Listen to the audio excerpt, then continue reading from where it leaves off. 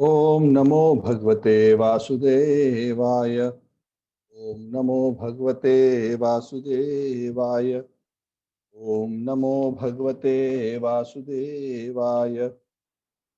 नारायणं नमस्कृत्य नरं चैव नरोत्तमं देवीं सरस्वतीं व्यासं ततो जयम् उदीरयेत्।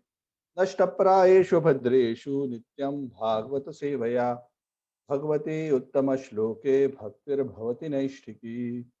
कृष्णाय वासुदेवाय देवकी नंदनाय च नंदगोपकुमाराय गोविन्दाय नमो नमः। ओम अज्ञानतिमिरान्धस्य ज्ञानाञ्जनच्छलाकया चक्षुरुन्मिलितं येन तस्मै श्रीगुरवे नमः।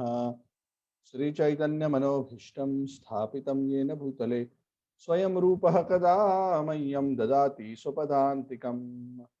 वन्देऽहं श्रीगुरोः श्रीयुतापदकमलं श्रीगुरून् वैष्णवांश्च श्रीरूपं सागरजातं सहगणा रघुनाथान्वितं तं सजीवं साद्वैतं सावधूतं परिजनासहितं कृष्णचैतन्यदेवं श्रीराधाकृष्णपादान् सहगणललिता श्रीविशाखान्वितांश्च हे कृष्ण करुणा सिंधु दीनबंधु जगतपते गोपेश गोपिका कांत राधा कांत नमोस्तुते। तप्त कांचन गौरांगी राधे वृंदावनेश्वरी वृषभानुसुते देवी प्रणमामि हरिप्रिये। वंशकल्पतरुभ्यश्च कृपा सिन्धुभ्य एव च पतितानां पावनेभ्यो वैष्णवेभ्यो नमो नमः। जय श्री कृष्ण चैतन्य प्रभु नित्यानंद श्री अद्वैत गदाधर श्रीवासादि गौर भक्त वृंद। हरे कृष्ण कृष्ण कृष्ण हरे हरे, हरे राम राम राम हरे हरे। नमो विष्णुपादाय कृष्णप्रेष्ठाय भूतले श्रीमते राधानाथ स्वामी नामिने नमः। ओम विष्णुपादाय कृष्णप्रेष्ठाय भूतले श्रीमते भक्तिवेदांत स्वामी नामिने नमस्ते सरस्वती देवी गौरवाणी प्रचारिणे निर्विशेष शून्यवादी पाश्चात्य तम करोति वाचालं पंगुं लंघयति गिरिं यत्कृपातमहं वन्दे श्री गुरुं दीनतारणं परमानंद माधवम श्री चैतन्य ईश्वरम। हरि ओम तत्सत। हरे कृष्ण। हरे Krishna. So welcome back. To Hari ओम तत्सत। हरे कृष्णा प्रभु जी। Hare Krishna sir. Hare Krishna. Welcome. So thank you all for joining. Hare Krishna Prabhuji. Hare Krishna. So we are actually moving on to chapter number 12 in our Bhagavatam study in the matter of creation.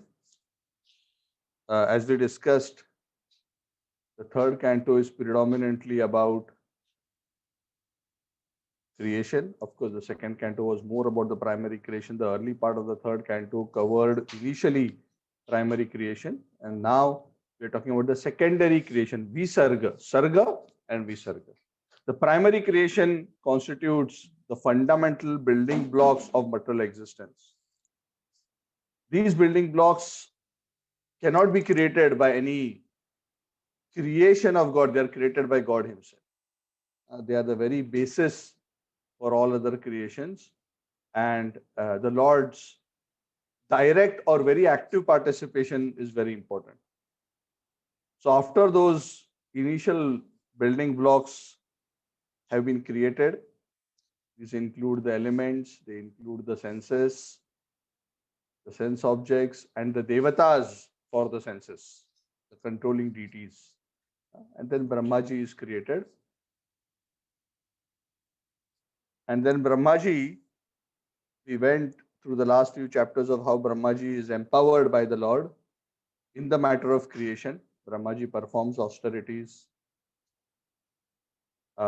He's created, then he's bewildered, but because he wants to serve the Lord, he is given the inspiration to perform spiritual austerities.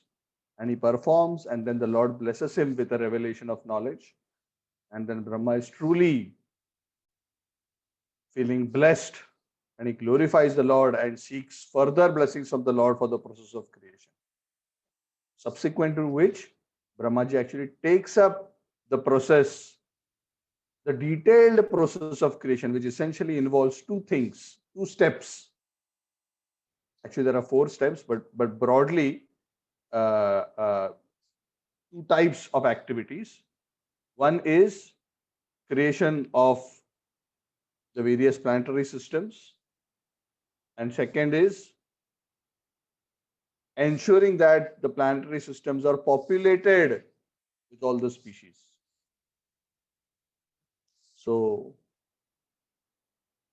to perform, uh, to create praja of the different species which should animate the universe. Because when each of the universes are created from Mahavishnu, Lord also dispatches certain living entities into certain universes based on their karma. And originally, they are within the body of, from the body of Mahavishnu into the body of Garbhodaksha Vishnu. Then they are part of this lotus. And as a part of the lotus, along with their fruitive activities, then they are actually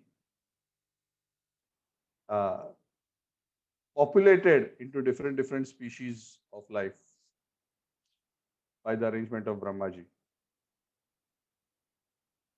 So we have come to the point where, after having created the various planetary systems, we discussed there are 14 planetary systems. And the living conditions across these 14 planetary systems are very different. The higher planets are considered more prominent in Sattva Guna, knowledge, austerity. Earth belongs to the middle planetary systems, and Earth is considered, even though not as pleasurable as the higher planets, even though not as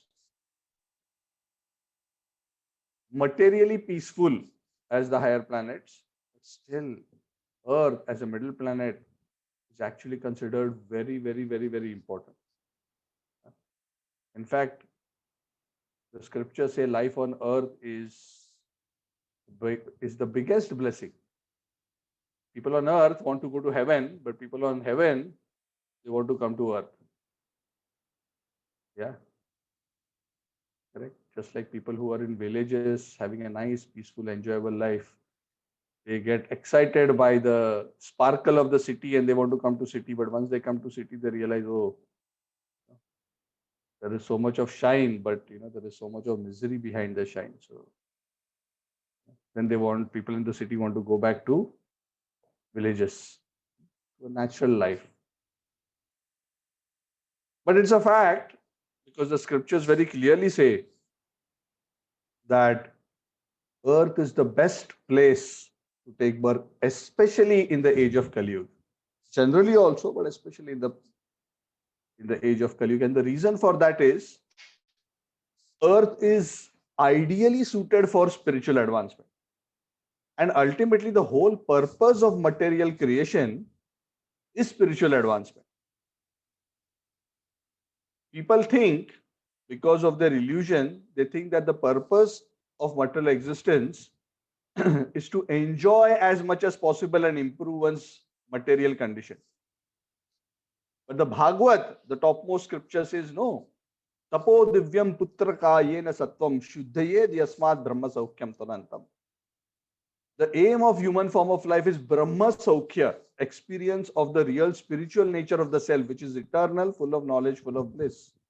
And with that end in mind, one must align one's life following Vidya and Tapasya, like what Krishna tells Brahma, for the attainment of that everlasting eternal goal.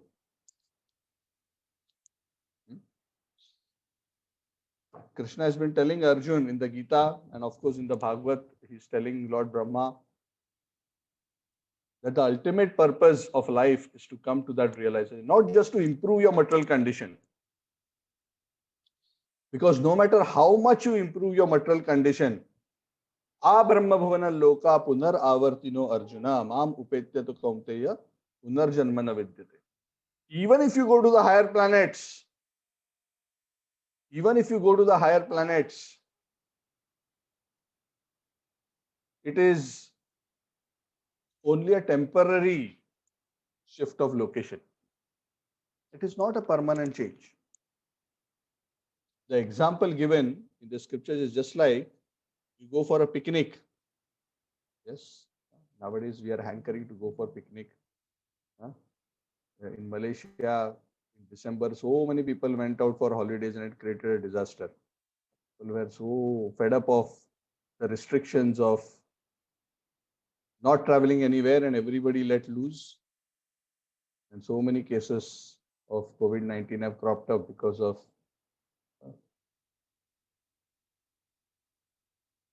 not following proper precautionary measures. Anyway, the point is that we all like to go on a holiday. And when we go on a holiday, what do?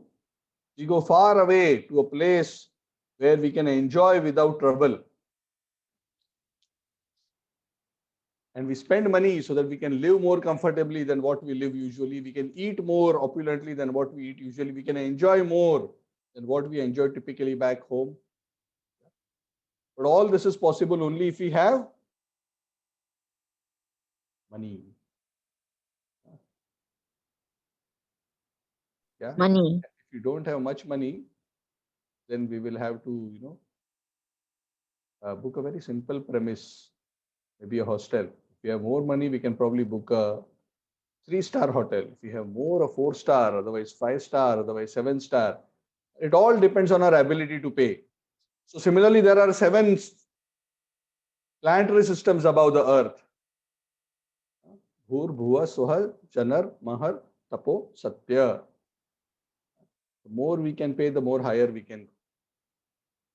And the higher we go, there is less material suffering and a better and better experience of material happiness. Of course, in the top few higher planets, there is also a significant elevation of knowledge. But the point is that no matter, even if you go higher, as soon as you exhaust, just like in a holiday, you have booked for 1 week. Once 1 week is over, the previous night, the hotel reception will call you, sir, tomorrow morning is your checkout.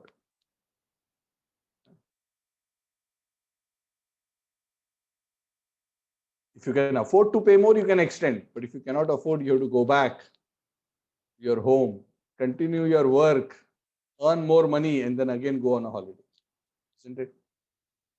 So going to the heavenly planets, going upward is something like that. The Karma Bhumi is the earth planet, the place where one performs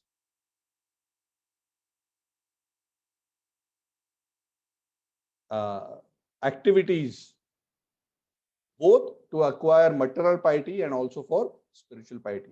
Of course, spiritual activities can be performed anywhere in any planetary system because there is no material impediment for practice of Krishna consciousness in the ultimate sense. But when there is intense material happiness, intense material pleasure, or intense material suffering, practicing spiritual life becomes very difficult. Isn't it? As it is even at home, even when it is peaceful, we are struggling to chant attentively. Yes. Even when we sit down to chant, and we say just chant Hare Krishna, Krishna Krishna, Hare Hare, Hare Ram, Ram Ram, Hare Hare. Even when everything is quiet, what happens? Our mind is not quiet. Our mind will go on. Then we will quickly grab our smartphone, look at the WhatsApp messages, look at small 30-minute clips, 30-second clips, look at some GIFs, send some messages, again continue Hare Krishna, Hare Krishna. That itself is so difficult. Just the chatter in the mind itself is so difficult. Imagine if somebody says, Prabhu, you can chant, but you have to go to a discotheque. And as the loud music is going on there and everybody is dancing and drinking and laughing and so-called having a good time, please chant your 16 rounds sitting there. Correct? Is it going to be easier or more difficult? In one sense, that place is more materially pleasurable, but you can see that material pleasure there is actually distracting us from remembering the Lord and surrendering to Him. It's not easier, it is more difficult. Spiritual life, especially bhakti, involves taking shelter of the Lord in all sincerity, having understood the precarious condition of material existence that the living entity is trapped in. And it is very difficult to be in that consciousness if one is in a materially very comfortable situation. And that is the case in the higher planets. It's very difficult. It is easier for us to surrender to God. Those who are in the Swargaloka, it is more difficult for them. Because things are so smooth and going on so wonderfully. Yes. They don't have a COVID-19 crisis there in Indraloka. They don't have to move around in masks. They're probably looking down at us and laughing. Yeah, see what. But the thing is, those who are fortunate and devoted are taking all these opportunities on earth to surrender more and more to the Supreme Lord. And in that way, they are making much more spiritual advancement than those who are in the heavenly planets. So that is our special fortunate situation. So yes, the higher planets are like places of holiday for us. And of course, on the lower planets, rather than the mode of goodness, the mode of passion and ignorance starts becoming prominent. So those places are also not conducive. Either they are places of darkness or they are places of intense materialistic, sinful materialistic enjoyment. So that is also very distracting in terms of spiritual advancement. So we are actually in a very, very special position. Why I'm saying this is that even while we are discussing the 14 planetary systems, we must understand, the bottom line is, we must understand that we are in the best possible place already. And I'm not referring specifically to Kuala Lumpur or Singapore or Chennai or UK or Nasik or wherever you are from. I'm referring to this planet. We're in a very special man. That's why Krishna comes. When he comes personally, he comes on earth. Earth is very, very special. Very special. In fact, you will see that most of the incarnations of the Lord are on this earth. Earth is very special. And in fact, the state of the universe or the health of the universe, spiritual health, also depends on the health of the residents, spiritual health of the residents of this earth planet. When the residents of the earth planet are pious and religious, that gives strength to the residents of the higher planets. It's very interesting. Anyway, so after having created all these 14 planetary systems, higher, lower, middle, Brahmaji continues to create the various species of life. And we already discussed some of the species he created, the various plants and beasts of various kinds, birds, fishes, so on and so forth. That is already mentioned. And now in this chapter 12, we are coming to an interesting part of the creation where he is focusing on the creation of the higher species. So this chapter is, the chapter 12 is actually entitled Creation of the Kumaras and Others. So let us discuss this process of creation as it continues. So Maitreya Muni is narrating this to Vidura. So he says, so far I explained to you, Vidurji, creation and the form of the Supreme Lord in terms of the time factor. In fact, we discussed in the last chapter various aspects of material time. But now I'm going to focus about the details of the creation of Brahma. Brahma is the very embodiment of Vedic knowledge. In fact, the body of Brahma that was created is itself a manifestation. It's almost like a body of knowledge. Sometimes the great soul referred to Brahma's body as a body made of pure intelligence. Brahma is a very, very extraordinary creature. extraordinary. He doesn't have a gross body like us. He's very, very fine.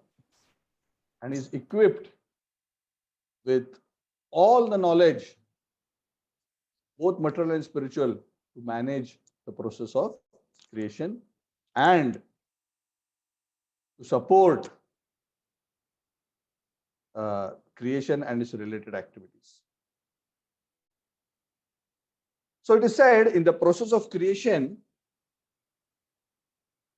Brahmaji first, as he was creating the various living entities, first he created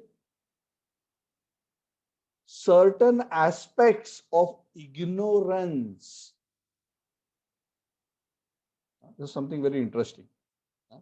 It is said that Brahma created 5 types of ignorance or adnyana vrittis. Sasarjagre, andhatamishram, athatamishram adikrit, mahamoham cha moham cha, tamas chadnya cha adnyana vrittayah. Tamaha, moham, mahamoham, tamishram, and andhatamishram. 5 types of ignorance. Now, I'm not going to go into great details to analyze this. Each of them has a very, very specific meaning. But briefly, they refer to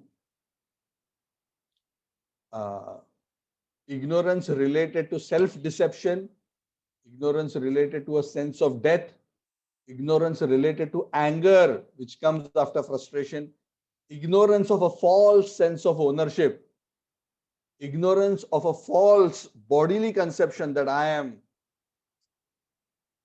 this body, and the ignorance which causes the forgetfulness of one's real identity. Brahmaji created these various kinds of ignorance because these are the ignorance which are characteristic of a living entity who's in the material world. Now, you may wonder why Brahma is creating ignorance. The reason Brahmaji is creating ignorance because the material world is meant for those who are forgetful of the Lord or who want to forget the Lord. Those who don't want to forget the Lord are never put into the material world. They are ever in the spiritual realm of Vaikuntha. But those who want to forget the Lord and enjoy independent of the Lord, this material world is a facility for such living entities to try to enjoy independent of the Lord. But for a living entity, for a soul which is by nature Sat Chetan Ananda, it is not possible to enjoy in the material world if he is cognizant of his spiritual position, isn't it? If he's always cognizant, I am actually spiritual spark, I am part and parcel of Krishna, how is it possible for him to engage in material world? It is not possible. So for a living entity who desires to forget the Lord and enjoy independent of him, facilitate that kind of an existence, these aspects of ignorance are created in the material realm. This ignorance is not present within the spiritual world. Spiritual world is pure vidya, and these are all aspects of adnyana or avidya. So he actually creates this material condition, this ignorance, as a matter of necessity. And to what extent each of us has this? So of course, to the extent that we have cultivated this ignorance in our own hearts. But the substance is created by Brahma. It's of course a subtle thing. It's not a gross thing. It's a conception. It's a mentality. Because Brahma is creating very subtle things here. He's not just creating. When we think of creation, we just think of, things. He's not just creating things. He's creating very finer aspects related to mentality, related to a material tendency. But even after Brahma successfully created all this, Tama, Moham, Mahamoham, Tamishram, and Andhatamishram, these are all Papiyashim Srishtim, the Bhagavad says. They're all sinful creations. Brahma is such a great soul. He was not happy. He created this, but he was actually feeling sad. This feeling that I've created all this and all living entities in this material world are going to be influenced by this, and ultimately the purpose of life is to overcome this and go back home, back to God. Of course, I'm doing this as a service, but I'm not happy to create this. So in that sense, Brahma was displeased and his mind was disturbed. So he meditated on the Lord to remove the sense of displeasure or distress and again regain his calmness, and then continued with the process of creation. Then the first creation in terms of higher species by Brahmaji was the creation of the four great sages, who are also known as the four Kumar. Why Kumar? They're small boys. Brahmaji created them. Please note, at this time when Brahmaji is creating, Brahmaji is not creating or procreating in the normal sense by uniting with a consort. No, Brahma is creating from his own mind.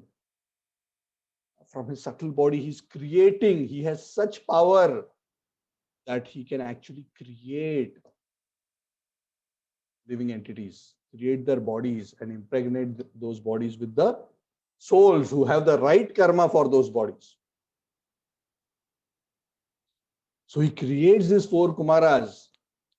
And the idea that Brahma is having in terms of creation is, I'm creating because I want to populate this whole universe. I've created the planetary systems, but it's like an empty hotel. Now I have to put in various rooms based on their karma. In the suites, I will put the higher planets. I'll put more qualified living entities. In the middle one, I'll put whose karma fits there. Lower, I will put them accordingly. So he starts creating very elevated species first. He creates the four Kumaras, very, very pure beings. And his expectation when he creates these beings is not that they simply go about and, live in these places. He wants them to act as Prajapatis. What is the meaning of Prajapati? Prajapati means the progenitors of species. He wants these initially created beings to reproduce and populate the universe, assist him in rapidly populating the universe. Such a huge universe is practically empty now. So he creates these four sages. Anybody knows the names of the four Kumaras? The four S. Yeah. Sanaka, Sananda, Sanatana, and Sanat Kumar. Four. When they were created like small 4 or 5 year old boys. And they were actually, when they were created, they were actually full of knowledge. These species, when they were created by Brahma, they're not like, babies and then they are growing and, they have to be, fed with milk and gradually, change their nappies and then brought up, not in that sense. Yeah. Brahmaji is he's creating intelligent beings which are practically immediately manifested in front of him. So when they were created, they were requested by Brahmaji, actually instructed, not even requested, they were instructed that I want you to populate this universe. But the four Kumaras, they were looking at each other. They were so advanced in spiritual knowledge that they humbly told Brahmaji, material life is so miserable. We don't want to get entangled in a materialistic way of life by getting married and procreating and managing all this. We are happy in our self-knowledge, in our self-realization. So we are not interested in these kind of fruitive activities. So please excuse us. These four Kumaras are actually empowered incarnations of the Lord. They are not the Lord directly, but they are empowered by the Jnana Shakti of the Lord. The four aspects of Vidya, each of these Kumaras are empowered with. There are four aspects of Vidya. One is called Sankhya, then Yoga, then Vairagya and Tapas. So Sanaka is representing the Sankhya Vidya. Sananda is representing Yoga Vidya. Sanatan is representing Vairagya Vidya. And Sanat Kumara is representing Tapas Vidya. Of course, Bhakti is also there in all of them. Eventually, we will hear about this pastime later in the Bhagavad. They all became pure devotees subsequently. But initially, they were not bhaktas. They were spiritually realized in terms of their spiritual position as Brahman, as beyond matter. But they had not fully realized the glories of the Supreme Personality of God as of this point in time. So Brahmaji, when he ordered the four Kumaras to support him by procreating and they refused, it's like, practically the first intelligent creation by Brahma. Brahma has just been blessed by the Lord, please create and populate. And Brahma is passing that instruction to the Kumaras, and the Kumaras, the first creation, they're saying sorry. And Brahma really got frustrated, got angry. Why you are not cooperating with me? Because I'm just enacting it. He didn't use these words, but that was his inner feeling. You're not cooperating. I am doing this as service to the Lord. That was his frustration. It's not that he wanted to push them into materialistic life, but he wanted them to cooperate because that was the desire of the Lord in terms of creation to populate. But the four Kumaras were saying, oh, we also want to serve the Lord, but we want to serve the Lord by not becoming materialistic. We want to remain like this, spiritually self-satisfied. So you see, even among self-realized souls, sometimes there are differences of opinion in terms of how the Lord should be served. So even Brahma has a set of frustrations. It's not that non-cooperation happens only with us. So some of us become frustrated by thinking that, oh, my children don't listen to me. So for your kind information, this problem is right from Brahma, the first created being. Even he has problem. And this is the thing that we are not the controller. We are unable to control the independent will of others. Please understand this. Most of our frustration in life is because we try to control the lives and thinking of others around us. But please note that the Lord himself has given a free will to each of us individually. Even God himself, Krishna himself, does not interfere in our free will. Of course, as parents or elders or well-wishers, we definitely advise and share our best advice and good wishes with everyone. But at the end of the day, we have to understand that we have only limited control over others. The sooner we understand that, the lesser we will become frustrated. So Brahmaji, for him, this was his first project. He was quite upset. What is this? I created the topmost kind of living entities and I am instructing them. And the first response, it's like just employed somebody, they are on the job, and the first instruction you give them, which is the key of their job description, they say, sorry, I will not do this. It's so frustrating. So Brahmaji, when he became angry,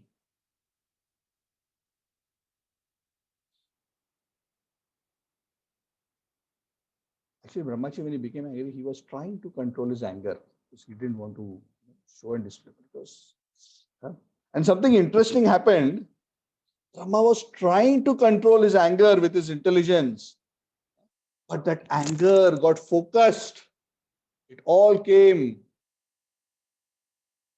together at the point between his eyebrows. And from there, that anger came out from between his eyebrows in the form of a child, which was a mixture of blue and red color. Now, what is this? Is interesting. Why blue and red? Red represents the mode of passion and blue represents the mode of ignorance.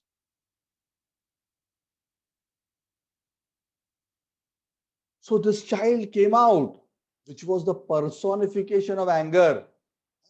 It was not that Brahma wanted to create that child, but it just, that anger just came out in the form of this child, and he was himself astounded.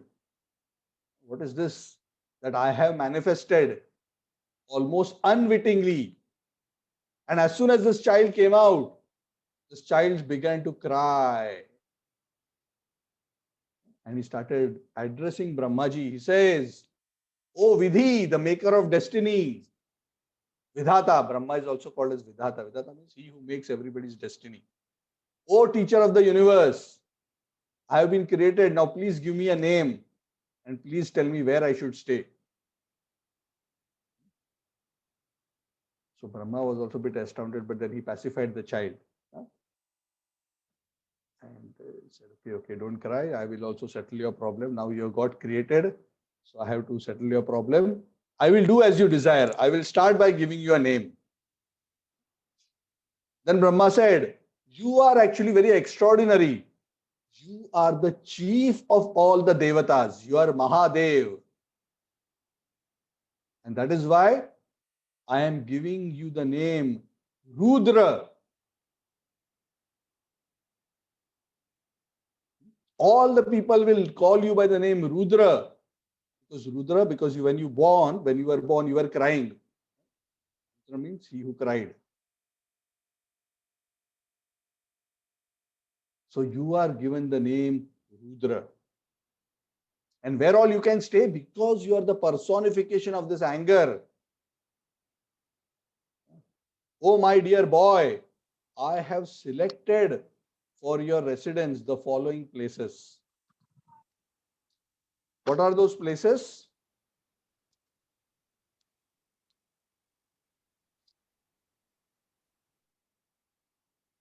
Those places are the heart. Why heart? 11 places actually are selected. Heart, because the heart is the place where one has a false, egoistic thinking of oneself to be all in all. These are all places where anger resides. That is why he has given these 11 places where Rudra will reside. The senses, because whatever anger is there in the heart gets manifested through the senses, right? Our eyes become red, our breathing intensifies. Then the air of life, the pran. Why? Because when a person becomes angry, his breathing becomes heavy. The sky, which roars because of clouds, the air, which blows fiercely, the water, which displays its anger in the times of flood or storm, the fire, which goes ablaze, the earth, which can be transformed into weapons, the sun, which causes death or frustration by intense heat, the moon, which represents extreme cold, and austerity without bhakti, which represents also pain and suffering. So these are the 11 places, Rudra, where you will reside. Also, I give you 11 names, O Rudra. What are those 11 names? Manyu, Manu, Mahinasa, Mahan, Shiva. Shiva is amongst the most popular names of Rudra. Ritadhvaja, Ugra Reta, Bhava. Bhava is also a very popular name of Lord Shiva. And Bhava's wife is known as Bhavani. Yeah, Durga Devi, Bhavani. Kala. Sometimes Lord Shiva is also known as Mahakala. Vamadeva and Dhritavrata. These are all 11 names. So sometimes it's called Ekadasha Rudra, 11 forms of Lord Shiva, of Rudra. And these 11 forms have 11 wives who are the Rudranis. And what are their names? Their names are Dhi, Dhriti, Rasala, Uma. Uma we have heard quite often. Niyuta, Sarpi, Ila, Ambika, Iravati, Swadha, and Diksha. These are all Rudranis. So please, oh boy, accept these names, accept these consorts. And you are one of the masters of the living entities. You are not just another Devata, you are Mahadev. So at least now you help me to populate the universe. These 4 boys that I created, they are not cooperating with me. So I hope now at least you will cooperate. So this Rudra, who was very powerful, whose bodily color at that time was also a mixture of red and blue, he started immediately. So Rudra Shiva is actually considered like a son of Brahma because he emanated from the forehead of Brahma. Even though in one sense Lord Shiva is more powerful than Brahma, but by the will of the Supreme Lord, the Lord Shiva manifested from the forehead of Brahma. This most powerful Rudra, when he was instructed, instantly he got to work. And he started creating many offsprings, which were exactly like him in features and strength, and also were very furious in nature. See, Lord Shiva, within the realm of matter, of course, Lord Shiva is very auspicious, great, very pure. But in his form as Rudra, in his form as Shankar, as a part of this material Leela, is also the male archetype of like an angry young man, like the original Amitabh Bachchan, that image of the olden heroes who were macho and always angry and always I will do this, I will do that. Why? Because that principle represents the ahankar, the egoistic principle, which is at the root of material existence. If you don't understand this point in depth, it's okay. Do not worry. Of course, this in no way reduces the glory of Lord Shiva. Lord Shiva is a very special incarnation of the Lord, who's performing this seva to make this material manifestation function according to the divine plan. So all obeisances to him.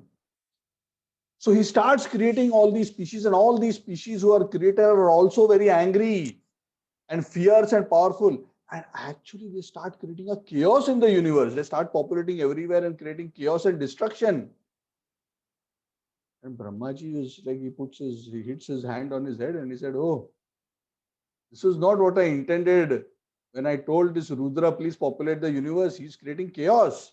He's creating beings like him. He's creating beings who are angry and manifesting that anger, and all these beings who he has created are so powerful. They are just going around the universe creating ruckus. So he calls Rudra again. Oh Rudra, oh Lord Shiva, I have a request for you. Oh my dear son. He says, Brahmaji tells Lord Shiva, oh my dear son, I have an advice. Why don't you do this? Why don't you just calm down a bit?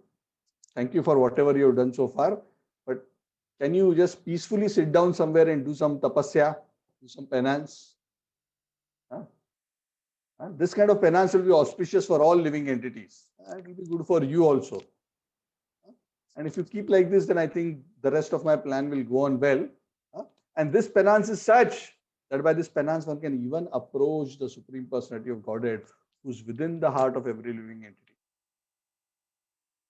So when Rudra was ordered like this by Brahma, he circumambulated, he did pradakshina of Lord Brahma, who's the master of the Vedas, and he agreed and he went into the forest to perform austere penances.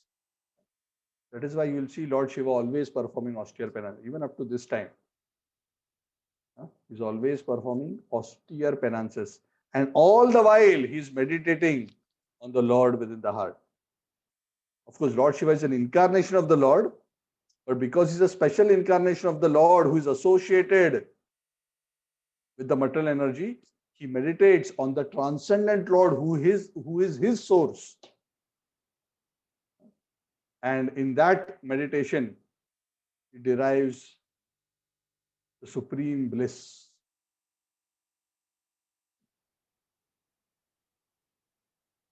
So he tells actually in scriptures when Durga Devi asks Lord Shiva, whom are you meditating on? He says that as I am meditating on Ram. In fact, he says, I chant the name of Ram. He's meditating on Ram. Sometimes it is explained that he's meditating on Lord Sankarshan, who's ultimately the source of Lord Ram as well. So, after having sorted out this episode,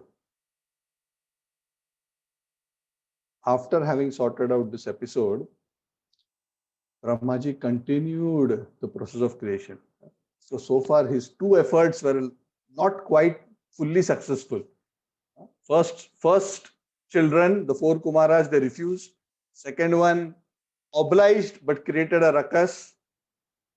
So imagine, okay, so much frustration for Lord Brahma. Even after having meditated so much, please the Lord. See, that is the nature of material existence. If Brahma goes through so much trouble, what to speak of us? So material life is like that. That is the nature of material existence. So then Brahmaji, empowered by the Lord, he created 10 sons. So these 10 sons were actually 10 great sages. And he decided that these 10 great sages will actually expand the population all over the world. So who are these 10 sages?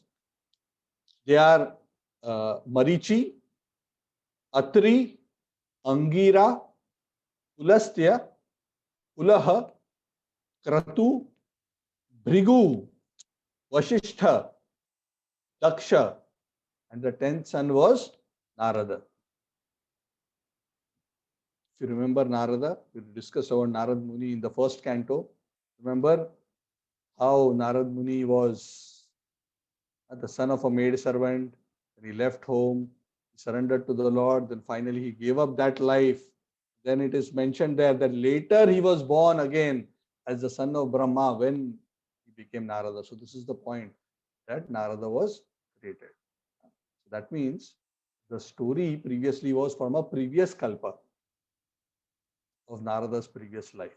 So at this kalpa, this day of Brahma, he was created practically at the beginning of creation with full spiritual knowledge. In fact, Narada was the best because Narada was born from the deliberation of Brahma, which was actually the best part of Brahma's body. It is said Vasishtha Muni was born from the breathing of Brahma, Daksha from the thumb, Bhrigu from the touch, Kratu from the hand, Pulastya from the ears, Angira from the mouth, Atri from the eyes, Marichi from the mind, and Pulaha from the navel of Brahma.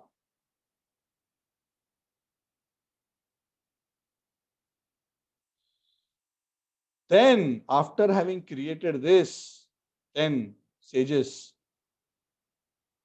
Dharma and Adharma were created. Dharma from the right side of the chest of Brahma, where the Paramatma is situated, and Adharma from the back side were created. Then other aspects of creation which instigate Adharma were created. What are those? Lust and desire, anger, greed, the power of speaking, Vak, the ocean, and the low and abominable activities. Various aspects of Adharma were created. Now, I'm not going to go into the detail of all this. You have to read the Bhagavad for a more detailed understanding of each of these aspects.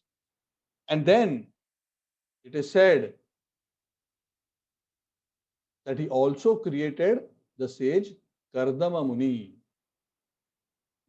who was the husband of Devahuti. He was manifested from the shadow of Brahma. Yeah. So all these great personalities were manifested either from the body or the mind of Brahma. So at this point in time, after having explained this aspect of creation,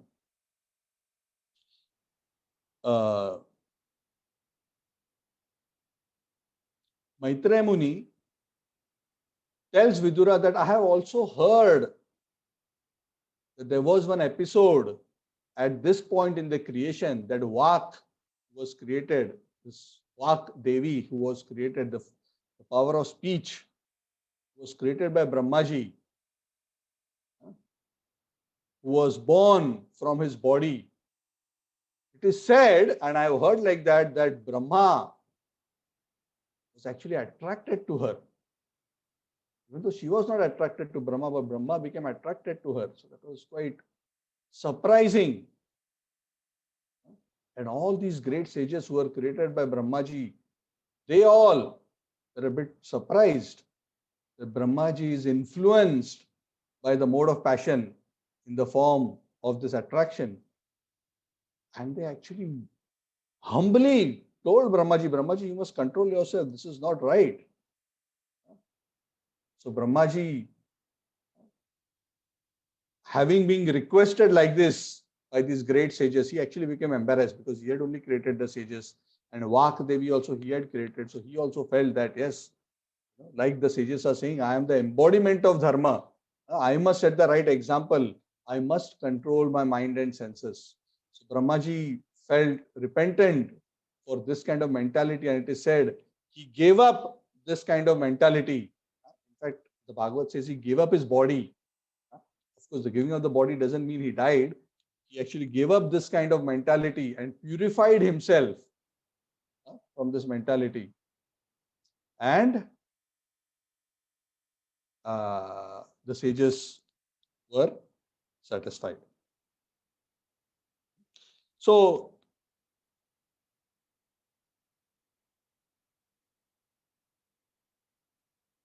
this is interesting that Maitreya Muni mentions this.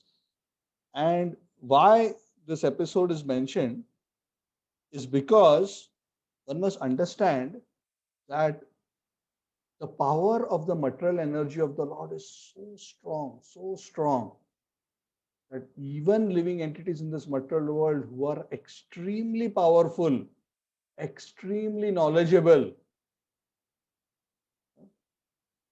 may sometimes for a little while get ensnared by Maya.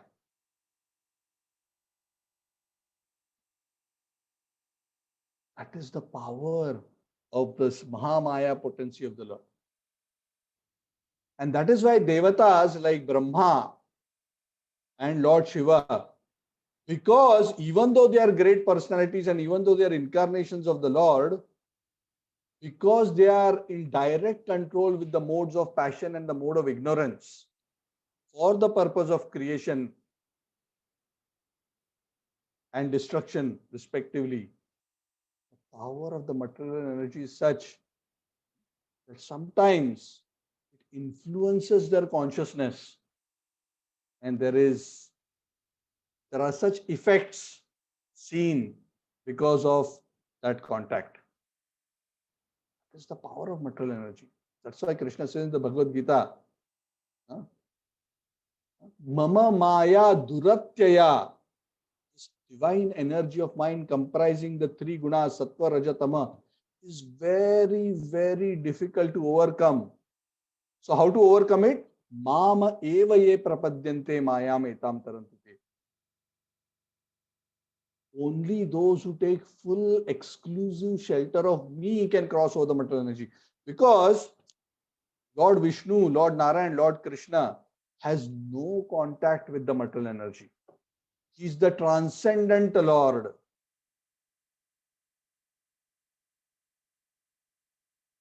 That is why even Brahmaji, when he falls into this kind of situation, he prays.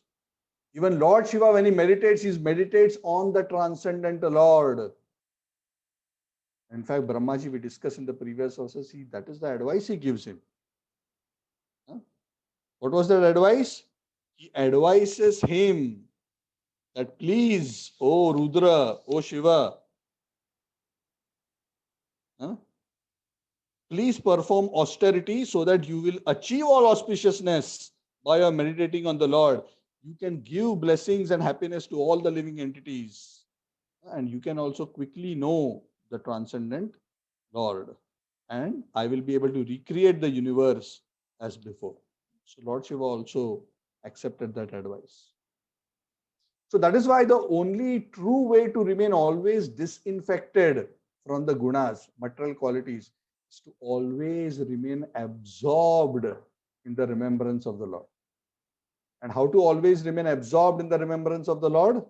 The simplest method in Kali Yuga is Harer Nama, Harer Nama, Harer Nameva Kevalam, Kalau Nastaiva Nastaiva, Nastaiva Gatiranyata. In Kali Yuga, there is no other way, no other way, no other way other than chanting the name of Hari, chanting the name of Hari, chanting the name of Hari.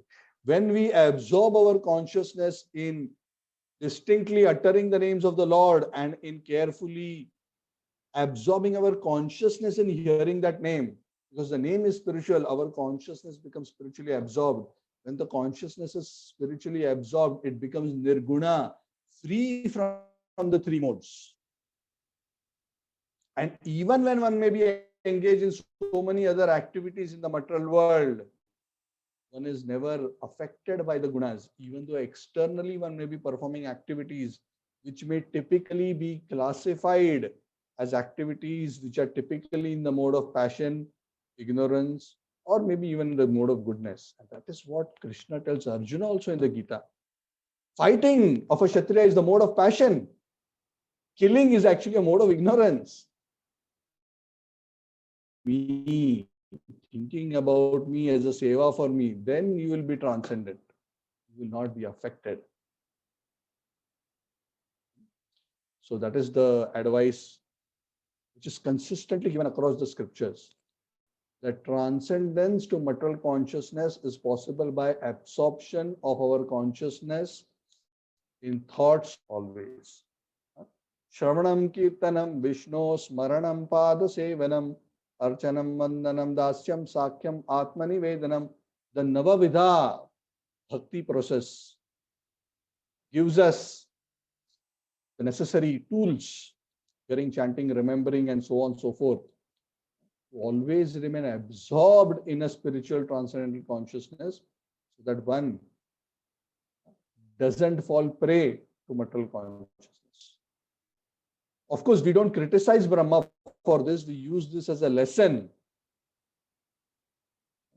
And what is the lesson? In fact, the sages also very respectfully they address Brahma. They did not simply criticize him because they know he's so great. And because everybody also knows how great and powerful material energy is. Practically, there is practically no living entity who has not been embarrassed by material energy, no matter how great they are. And that is good in one sense because that keeps all of us humble and makes us understand how dependent we are on the mercy of the Supreme Lord. Always remain protected. And the beauty of Krishna consciousness, the beauty is that those who are devotees of the Lord, even though accidentally sometimes a devotee may be ensnared, accidentally he may make some mistakes. The Lord is so kind that the Lord ensures that the devotee remains protected. He doesn't deviate from his position. Brahma did not deviate. He remained steady and carried on. By the blessings of the Lord, any such contaminations, Shipram Bhavati Dharmatma, Shashvat Shantim Nigachati, Partha Janihi, Name Bhakta Pranashati. O Partha,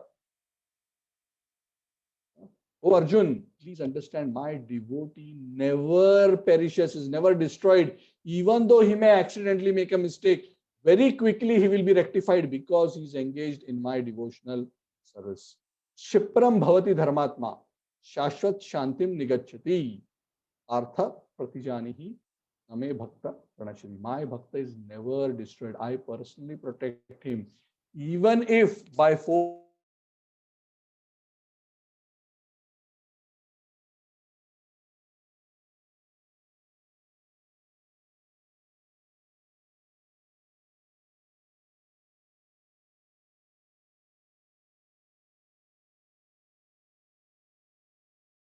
my connection for a few seconds. Am I audible? Yes, Prabhuji, now audible. Now audible, right? Sorry. My internet connection somehow for some reason was a bit unstable. So I lost. So I'm almost done. So yeah, so that is the beautiful lesson. I don't know why the connection today, there was some service disruption in the morning for my internet connection also. So probably because of that. Yeah. So I'll take a pause at this point in time. We haven't completed the chapter. So we have covered up to around verse 33. Okay, this chapter has around 57 verses, so almost halfway, slightly beyond halfway. Yeah. So we'll continue the discussion. So this is a very interesting chapter, and after this chapter, the subsequent chapters get directly into beautiful pastimes. So the creation aspect will be wound up by the end of this chapter, and then next chapter we are already on the Varaha pastime, and then into the various Leelas with respect to Swayambhuva, Manu and Kardama Muni, and so many other beautiful pastimes, Devahuti, Kapila Muni, and so on and so forth. So it will get more and more interesting and less technical from the next chapter onwards. So hopefully next week we can complete this chapter. So thank you very much. I'm opening up any questions or any comments.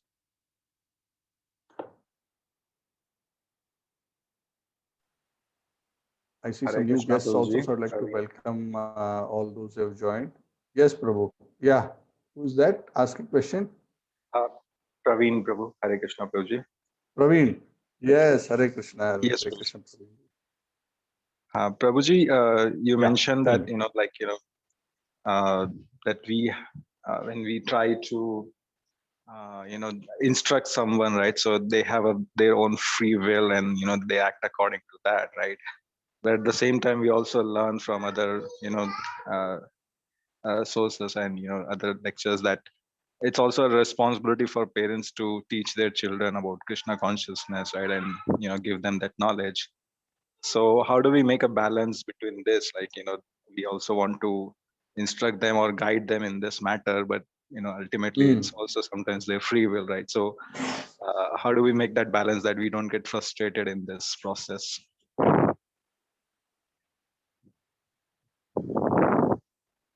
If they don't accept or if they don't, listen to us, Yeah. or in any other matter that's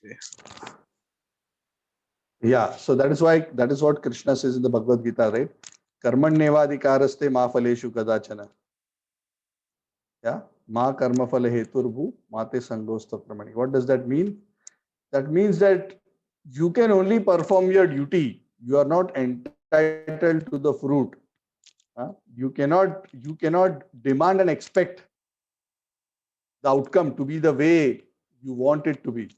That is the point. We are not saying that we must be lax in our duty. What we are saying is, yes, it is the duty not just of parents, but anybody who takes a leadership position to properly guide and inspire his dependents, whether it be a parent, whether it be a teacher, a spiritual master, a king, a politician, any leader of society. In fact, the scriptures say don't take a leadership position unless you can properly guide your dependents, not just materially, but spiritually up to the point of liberation. If you cannot guide them, don't take leadership position. Guru na sasyat, swajano na sasyat. That is the verse the scripture says. Do not become. But the point is that I'm trying to emphasize. The point that I'm trying to emphasize is that even if we give all instruction, you have to understand that we are not ultimately the controller. Yes. Please try to understand. Krishna personally tried to convince Dhritarashtra and Duryodhan and also Karna. Did Krishna succeed? No. No, right? Obviously not. That's why the Mahabharata war happened, right? Krishna did not succeed. Does it mean Krishna is not all powerful? That's why he did not succeed? No, no. Krishna is all powerful, but Krishna doesn't interfere with the free will. But Krishna still wanted to do his part, even though he knew that they will not agree. Krishna wanted to do his part so that history knows he did his part, but they were wanting to misuse their free will. So we do our duties, but we try our best and leave the result to the Lord, which means out according to our plan or according to our desire. That is the point. So we must do our duties, because if we don't do our duties and our dependents stray, then we are definitely responsible for not having guided them properly. But if we have guided them properly and trained them properly, but nonetheless they misuse their free will and do things which are incorrect, then the responsibility is not yours. So you be clear from your side that you have performed your duties properly. Of course, our expectation as parents or teachers or leaders is always that the dependents understand and follow it. But we must also realize that we are not ultimately the controllers. Each individual living entity has a free will, and based on that free will, they may misuse the free will. And we should not become frustrated. We should understand that if that happens, in spite of our best efforts, that each one is ultimately responsible for himself and has to suffer the good or bad results of what they actually decide for themselves. Does that answer your question? Yes, Prabhuji. Yes, thank you so much. Hare Krishna. Hare Krishna. Hare Krishna, Prabhuji. Yes, Hare Krishna. I have one doubt, Prabhuji, that you said that yakshas are very bad. Then why did Brahmaji created yakshas? Actually, I did not say yakshas are very bad. Yakshas are a particular kind of a passionate species. Actually, I wouldn't say that they are very bad, but what I said is they can be nasty. Okay, but not to say that yakshas are bad by themselves. Yakshas are associates of Kuvera. Yeah. So anyway, that apart, they are actually quite powerful beings with powers which we will consider as very mystical. So why does Brahma create various kinds of species? The reason is very simple, because the living entities who have been put into that particular universe all have their own individual karma, their own individual mentalities. So there are different kinds of bodies which are suited for living entities who have different kind of karma and different kind of mentalities. So Brahma is simply creating these species so that living entities who have that kind of mentality will go and fit into that body. Because when a creation happens again, the living entities continue in terms of their karma from where they had left off in the previous creation. So based on their karma, based on their mentality, they will be again placed in a special body, which is exactly suited to their mentality and their karma. So body of a yaksha, or body of a rakshasa, or the body of a devata, human being, tree, bird, fish, is given according to the karma and mentality of that particular jiva. That is why there are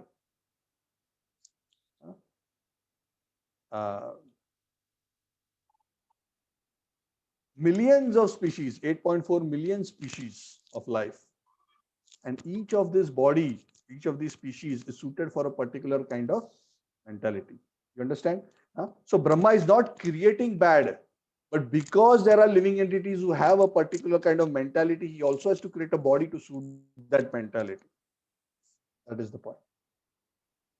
Okay? Hare Krishna. Thank you, Prabhuji. Hare Krishna. Welcome. Any other question?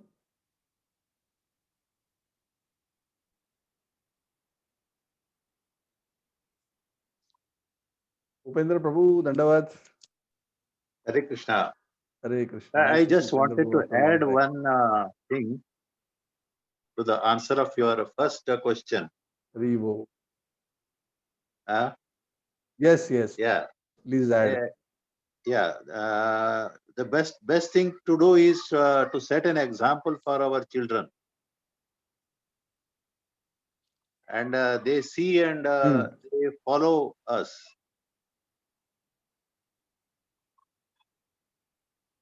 We follow ourselves. Prabhupada says, sincerely, seriously, without ulterior motive. So, if we follow ourselves very seriously, then children get inspired, and they see that it is really working what we follow, and they will also follow. Their free will be adjusted to what they see. Hare Krishna. Hare Krishna. Thank you so much, Prabhuji. Yes, thank you, Upendra Prabhu. Yeah.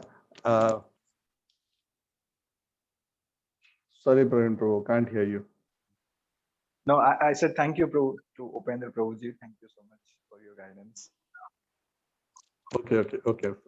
Yeah, my line is bad actually. I cannot, missing some words. So yeah, so this is the best way to inspire others, not just instruct, but set the right example. So actions speak louder than words, right? Yes, absolutely.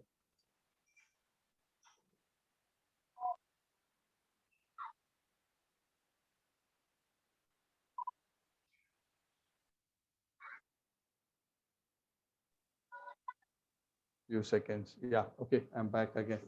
Okay. And anything else?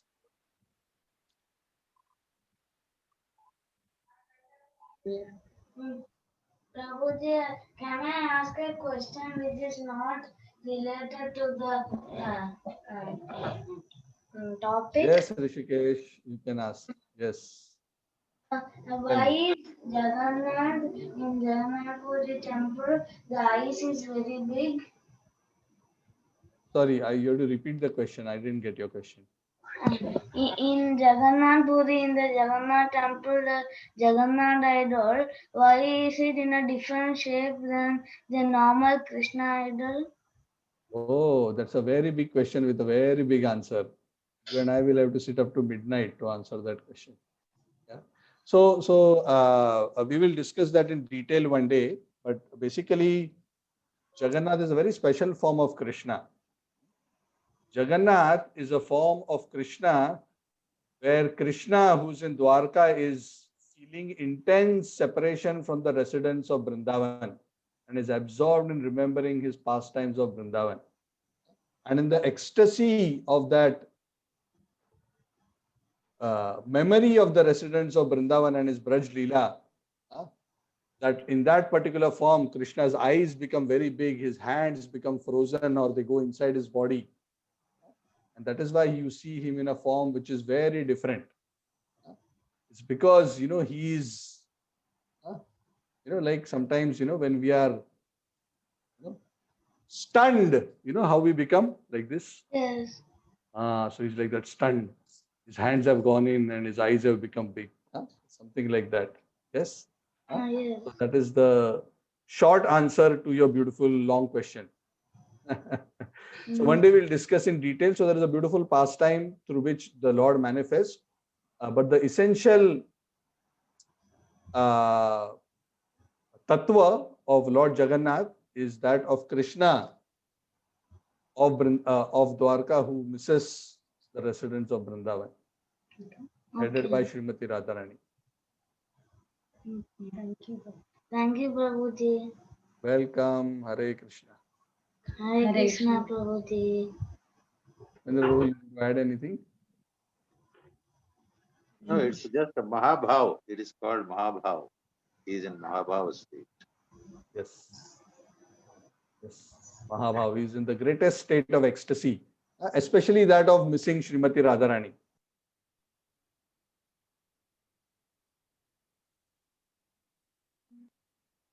Okay. So thank you, everyone. And yes, I saw Ananda Sundari Mataji, your question. Yes, in the material world, Rudra Shiva has an association with the modes for his seva, but in the spiritual world, Lord Shiva is situated in his position as Sadashiva. And yes, the Sadashiva form of the Lord is transcendental and not influenced by the material modes. That is correct. Yeah. So those aspects we will discuss in the Bhagavad in future classes. But as far as Lord Shiva as a Guna avatar is concerned, as Shankar, as Shambhu, he has a particular role to play, and in that role, as Mahadev, he associates with his consort Uma or Bhavani in a compassionate way to facilitate the purpose of material existence. That is his great compassion on all living entities. Not as a weakness, but rather a compassion, as a bridge between matter and spirit. That is Lord Shambhu. So we are always eternally grateful to him and see his blessings always. Okay, anything else? Otherwise, we will wind up for today. Hare Thank you, Krishna, Prabhuji. Prabhuji. Jai Srila Prabhupada ki. Hare Krishna.